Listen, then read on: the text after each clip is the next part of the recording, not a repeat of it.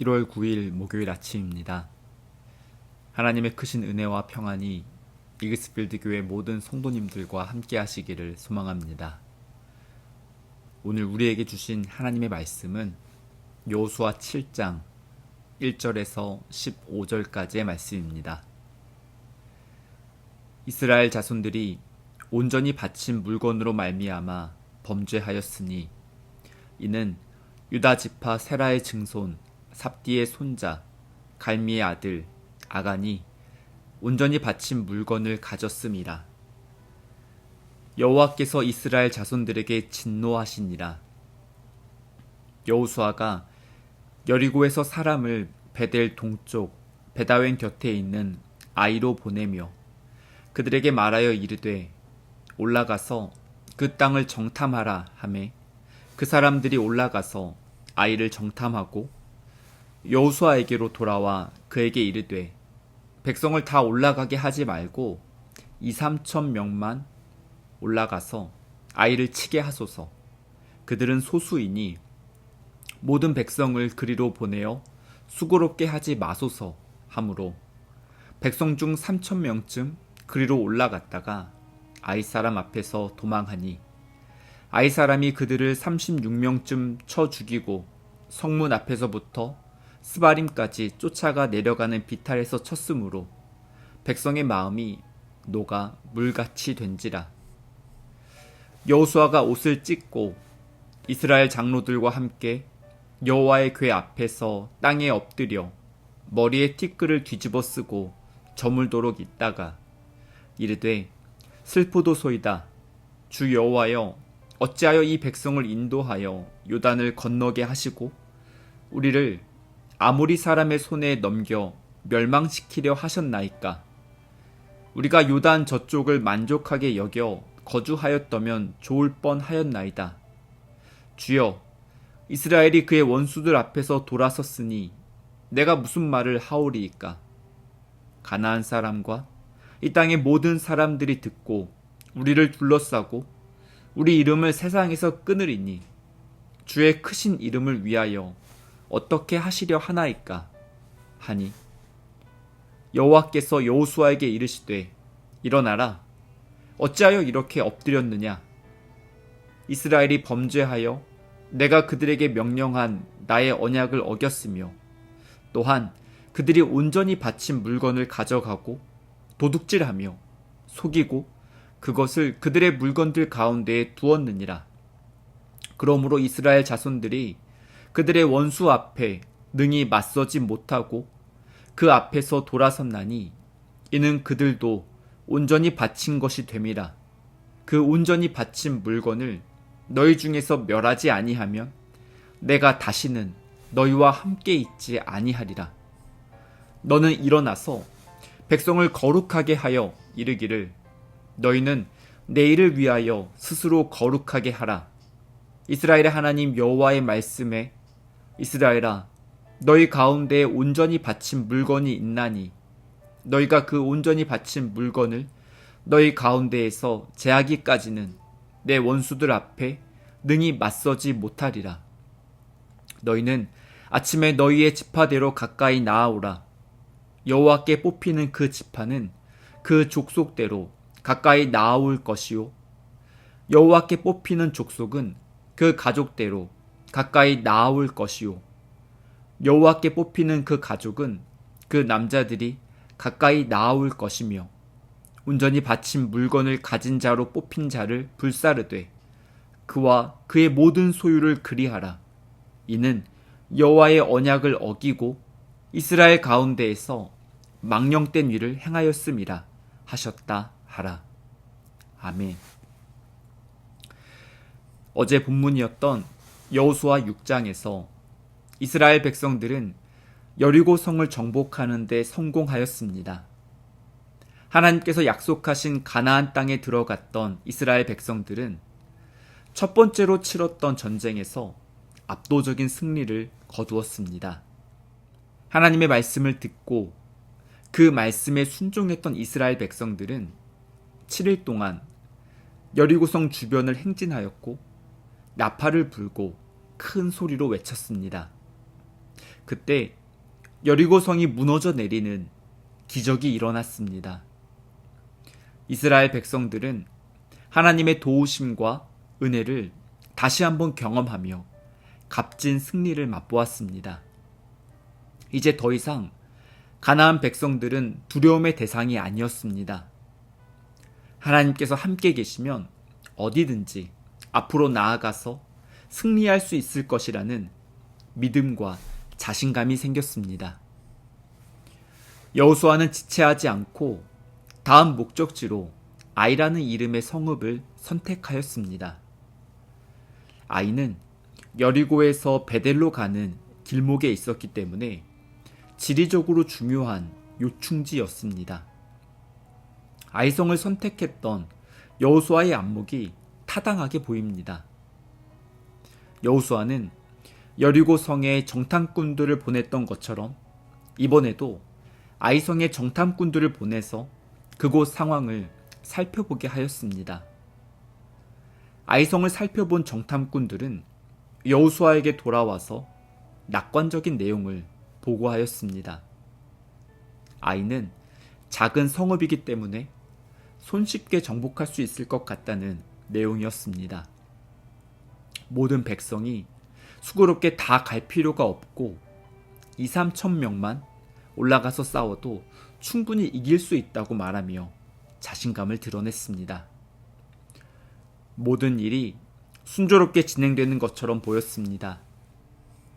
하지만 막상 아이성에 가서 전쟁을 해보니 예상했던 것과는 전혀 달랐습니다. 3,000명의 이스라엘 군대가 패배하였고 36명의 사상자가 발생했습니다. 그 소식을 들었던 이스라엘 백성들의 마음이 물처럼 녹아내렸다고 5절은 묘사하고 있습니다. 자신감이 좌절로 바뀌면서 지도자 여호수아와 이스라엘 백성들은 불안과 두려움에 사로잡히게 되었습니다. 쉽게 생각했던 전쟁에서 이스라엘 백성들은 실패하고 말았습니다. 이스라엘 백성들이 아이성 전투에서 패배하였던 원인이 몇 가지 있습니다. 우선 여리고성 전투에서 승리한 후에 생겼던 과도한 자신감 때문에 이스라엘 백성들은 상대를 너무 얕잡아 보았습니다. 성공했던 경험이 그들에게는 유익이 아니라 오히려 해가 되었습니다. 방심하면서 최선을 다하지 않아도 충분히 이길 수 있다고 생각했습니다. 실패는 어쩌면 당연한 결과였습니다. 또한 아이성 전투를 준비하는 동안에 하나님의 뜻을 전혀 여쭈어 보지 않고 자신들의 생각으로 결정하였습니다. 이제는 하나님의 도우심이 없어도 자신들의 힘만으로 충분히 문제를 해결할 수 있다고 그렇게 여기는 것처럼 보입니다. 이스라엘 백성들은 하나님의 도우심과 은혜로 여기까지 올 수 있었습니다. 하지만 잘 되면 자신들이 열심히 했기 때문에 성공한 것이고 잘못되면 하나님 탓을 하면서 원망하는 마음이 있었습니다. 아이성을 살펴보고 돌아왔던 정탐꾼들은 3절 뒷부분에 기록되어 있는 내용으로 결론을 내렸습니다. 그들은 소수이니 모든 백성을 그리로 보내어 수고롭게 하지 마소서. 마치 이스라엘 백성들이 얼마 전에 여리고 전투에서 수고를 많이 했기 때문에 전쟁에서 큰 승리를 거두었다고 생각하는 것 같습니다. 성공과 승리를 경험하면 자신감이 생깁니다. 자신감이 가져다주는 유익이 분명 있습니다. 하지만 자신감이 지나치게 되면 경솔해지고 교만해질 우려가 있습니다. 교만은 하나님의 은혜를 기억해야 하는 자리를 자신의 업적으로 채우려고 합니다. 라떼는 말야 라고 하는 말이 그래서 위험합니다. 하나님의 영광을 가로채려는 욕심은 명백한 도둑질입니다. 이스라엘 백성들이 아이성 전투에서 패배했던 근본적인 원인은 하나님의 것을 도둑질했던 욕심 때문이었습니다. 유다 지파에 속했던 아간이라는 사람이 하나님께 바쳐야 했던 물건을 가로채서 숨겨두었습니다. 전쟁에서 승리를 하면 군인들이 상대방의 소유를 빼앗고 전리품을 챙기는 것이 일반적인 관습이었습니다. 하지만 하나님께서는 가나안 사람들의 재물과 가축을 모두 전멸시켜서 하나님께 희생 제물로 바치라고 말씀하셨습니다. 가나안 사람들의 물질을 탐내고 약탈하기 위해서 전쟁을 하는 것이 아니라는 사실을 분명하게 말씀하셨습니다.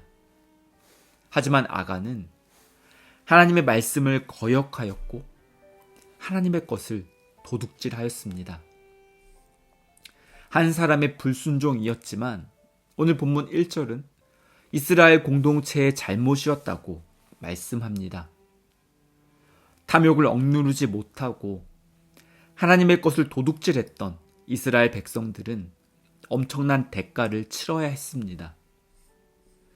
여호수아는 이스라엘 장로들과 함께 여호와의 궤 앞에 엎드려서 물같이 녹아내린 마음을 하나님께 토로하며 기도했습니다. 사실 7절에 기록되어 있는 기도 내용은 하나님을 원망하는 것 같습니다.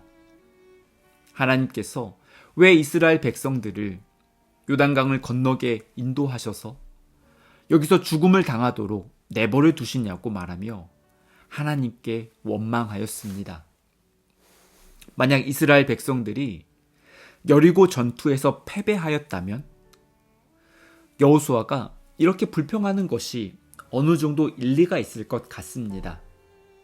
여리고 전투에서는 하나님께서 작전 계획을 치밀하게 말씀해 주셨고 이스라엘 백성들은 하나님의 말씀에 순종했기 때문입니다. 하지만 아이성 전투는 상황이 전혀 달랐습니다. 이스라엘 백성들은 하나님의 말씀보다 자신들의 생각을 앞세웠습니다. 하나님의 도우심보다 자신들의 판단과 힘을 더 의지하였습니다. 그러다가 일이 잘못되고 나서 하나님을 원망하며 불평하는 모습은 여호수아의 미숙함을 보여주고 있습니다. 절망에 빠진 여호수아에게 하나님께서 주저앉아 있지 말고 일어나라고 말씀하셨습니다. 여호수아는 아무런 대안이 없어서 마음이 물처럼 녹아내렸지만 하나님께서는 해결책을 가지고 계셨습니다. 이스라엘 백성들이 잘못을 돌이키고 다시 성결함을 회복할 수 있도록 하나님께서 기회를 주셨습니다.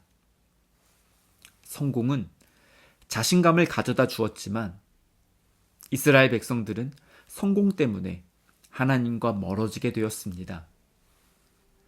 실패는 좌절을 안겨주고 마음이 물처럼 녹아내리는 아픔이 있지만 여호수아는 실패 때문에 다시 하나님과의 관계를 회복하게 되었습니다. 성공처럼 보이는 실패가 있고 반대로 실패처럼 보이는 성공도 있습니다. 지나온 시간을 돌아보고 오늘 우리 앞에 놓여 있는 문제를 해결하기 위해서는 영적인 안목과 믿음이 필요합니다. 그래야 인생을 해석할 수 있습니다.